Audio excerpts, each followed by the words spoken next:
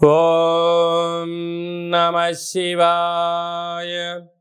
ఓం నమో నారాయణాయ. కర్మ నివారణ నరదృష్టి నివారణ కాల భైరవాయ నమో నమః. ఓం కాళకాలాయ విద్మహే కాళాతీతాయ ధీమహి తన్నో శ్రీ కర్మ నివారణ కాల భైరవాయ నమో నమః. ఓం ఆంజనేయాయ విద్మహే వాయుపుత్రాయ ధీమహి తన్నో హనుమత్ ప్రచోదయాతు. హరి ఓం. మా ఛానల్కి స్వాగతం. చూస్తున్న వీక్షకులకు ప్రేక్షకులకు ప్రియ కాళభైరవ భగవద్బంధులకి స్వాగతం పలుకుతూ మమ్మల్ని ఎంతగానో ఆదరిస్తూ ఉండబడినటువంటి ప్రియ సోదర సోదరీమణులకు, జ్యోతిష్య అభిమానులకు, సనాతన ధర్మ సంరక్షకులకు అందరికీ కూడా హనుమత్ జయంతి పండగ శుభాకాంక్షలు. రామతత్వాన్ని అవలంబించుకుందాం, నిత్యము రామనామాన్ని జంపింప చేసుకుందాం, స్వామివారి ఆశీస్సులు పొందుదాం. 500 సంవత్సరాల తర్వాత మొట్టమొదటిసారిగా అయోధ్యలో రామ మందిర నిర్మాణం తర్వాత మొదటిసారిగా జరుగుతున్నటువంటి హనుమత్ జయంతి సందర్భంగా మనమందరము కూడా స్వామివారిని స్మరిద్దాం, ధ్యానిద్దాం, స్వామివారికి ఓడమాలను సమర్పిద్దాం. తమలపాకుల పైన శ్రీరామ అనేటువంటి రామాలను రాసి ఆ యొక్క స్వామివారికి సమర్పించుకుందాం. జాతకంలో ఉండబడిన గ్రహదోషాలను తొలగించుకొని అందరినీ నిండు నూరేళ్ల ఆయురారోగ్యాలుగా ప్రసాదించాలని కోరుకుందాం. 16/6/2024 నుండి 30/6/2024 వరకు పుట్టినటువంటి వారందరికీ కూడా ముందస్తుగా జన్మదిన శుభాకాంక్షలు. గతంలో వివాహం చేసుకున్న వారికి వివాహ వార్షికోత్సవ శుభాకాంక్షలు. 16/6 నుండి 30/6/24 వరకు ద్వాదశ రాశుల్లో గ్రహ గమనాన్ని ఒకసారి వీక్షింపచేద్దాం. మేషరాశిలో కుజ భగవానుడు స్వక్షత్రకారకుడు, వృషభ రాశిలో గురు భగవానుడు సంచార స్థితి, మిథున రాశిలో రవి బుధ శుక్ర సంచార స్థితి, బుధుడు స్వక్షత్రకారకుడు, కన్య రాశిలో కేతు భగవానుడు, కుంభరాశిలో శని భగవానుడు స్వక్షత్రకారకుడు, మీనరాశిలో రాహు సంచార స్థితితో ద్వాదశ రాశుల్లో గ్రహ గమనాలు ఈ విధంగా ఉన్నాయి. అందరికీ ముఖ్యంగా తెలుసుకోవాల్సిన విషయం ఏమిటంటే కుజ భగవానుడు స్వక్షేత్రంలో, బుధ భగవానుడు స్వక్షేత్రంలో, శని భగవానుడు స్వక్షేత్రంలో ఉండడము, 3 గ్రహాలు స్వక్షేత్రంలో ఉన్నప్పుడు గ్రహయోగం అందరికీ యోగదాయకం అని చెప్పి గమనించాలి. అందులో మిథున రాశిలో రవితో కలిపిన బుధ భగవానుడు అవ్వడం వలన, బుధాదిత్య రాజయోగం కారణం వలన ప్రభుత్వ ఉద్యోగ ప్రయత్నం చేసేటువంటి వారికి ఇది అందరికీ చాలా మంచి కాలము అని చెప్పి గమనించాలి. కర్కాటక రాశి వారు జ్యేష్ఠమాస పూర్ణిమ బహుళాష్టమి సందర్భంగా ఎలాంటి విధి విధానాలు పాటించాలి, అష్టమంలో ఉండబడిన శని భగవాన్ యొక్క ఆశీస్సులు ఎలా పొందాలో ఈ వీడియోలో సవివరంగా సంపూర్ణంగా తెలుసుకుందాం.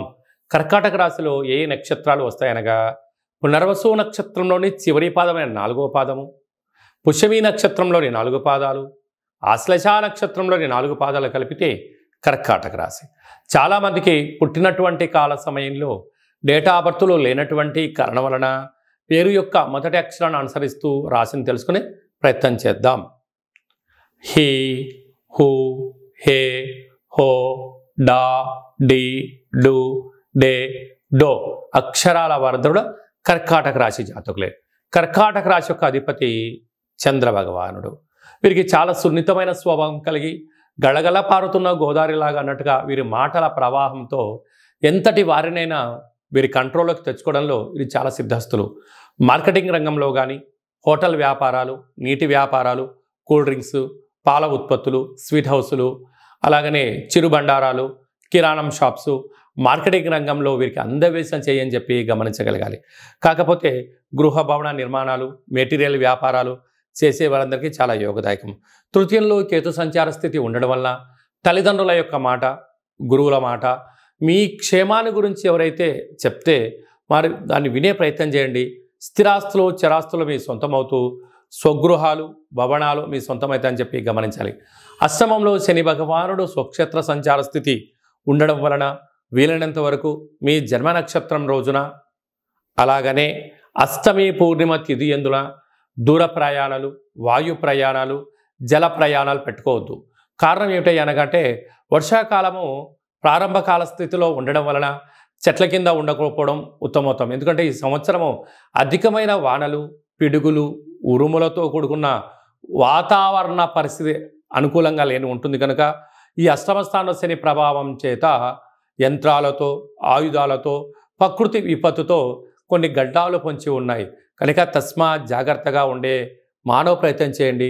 వీలైనంత వరకు వర్షం పడేటువంటి కాల సమయంలో చెట్ల కింద పశువుల కాపర్లు కానీ గొర్రెల కాపర్లు కానీ వ్యవసాయ సోదరీమణులు కానీ అలాంటి కాల సమయంలో గొడుగును దగ్గర పెట్టుకొని వీలైనంత వరకు విపత్తులకు దూరంగా ఉండే మానవ ప్రయత్నం అన్న చేయండి. భాగ్యస్థానంలో రాహు సంచార స్థితి ఉండడం వల్ల భార్యాభర్తల మధ్య అన్యూన్యత, ప్రేమికులకు వివాహము, భార్యాభర్తల ఆలోచనలు ఉన్నత స్థాయికి ఉంటాయి. కాకపోతే మూడో వ్యక్తులను అందులో దూడ్చుకోకుండా అంటే చిన్న చిన్న విషయాలకు పక్కింటి వాళ్ళకు ఎదురింటి వాళ్ళకు చెప్పుకోకుండా మీ యొక్క సమస్యను మీరు పరిష్కరించుకోగలిగినట్లయితే మీ దాంపత్య జీవితం 3 పూలు 6 కాయలు అని చెప్పి గమనించగలగాలి. రాజ్యస్థానంలో కుజ భగవానుడు స్వక్షత్రకంగా ఉండడం వలన స్థిరాస్తులు, చరాస్తులు, వ్యాపారస్తులు, ఉద్యోగస్తులు, విదేశాలకు వెళ్ళే అన్ని పనులలో విజయం మీ సొంతం అవుతుంది. లాభస్థానంలో గురు సంచార స్థితి ఉండడం వలన వృత్తులలో, ఉద్యోగాల్లో, వ్యాపారాల్లో అన్నింటా విజయం మీ సొంతం అవుతుంది. వ్యయంలో 3 గ్రహాలు ఉండడం వలన బుధాదిత్య రాజయోగ కారణం వలన ప్రభుత్వ ఉద్యోగ ప్రయత్నం చేసేవారికి మంచి కాలం. కానీ తొందరపాటు నిర్ణయం సరైన సమయం కాదు. పోలీస్ శాఖతో, రక్షణ శాఖతో, విలాసవంత వస్తువులతో, ఆయుధాలతో దయచేసి చెలగాటం ఆడవద్దు. అపహాస్యం అసలే చేయొద్దు.